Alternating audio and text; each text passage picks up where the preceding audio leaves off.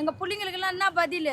இதில் வந்து எங்களுக்கு சுகர் வந்துச்சு, பிபி வருது, நோய்ங்க தான் வருது. இதில் வந்து என்ன பிரயோஜனம்? எங்களுக்கு என்ன செட்டில்மெண்ட் பண்ணுறாங்க? ஒன்றுமே கிடையாது. எதுவுமே இல்லைப்பா, எதுவுமே கிடையாது. எங்களுக்கு எதுவுமே ஒன்று கூட கிடையாது. இந்த சட்டை கூட 100 ரூபாய் கொடுத்து நாங்கள் வாங்கி போடணும், ஆரஞ்சு கலர் சட்டை. இப்பதான் அவங்க வாங்க மாட்டாங்க, கடையில இருந்து வாங்கி போனாங்க. ஒரே வாட்டி பஸ்ல ஒரே வாட்டி கொடுப்பாங்க, அவ்வளவுதான்.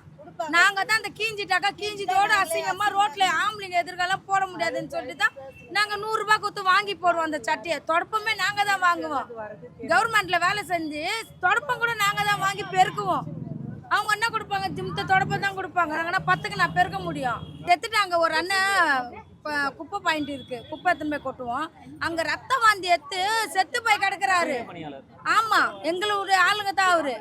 அவர் செத்து நான் ஒரு 6 மாசம் இருக்கும். ரத்தம் வாந்தி எடுத்து பாட்டிலேயே காலி. அவரு கண்டுக்கவே இல்லை, தூக்கி கூட அப்படி எட்ட போடல அவரு.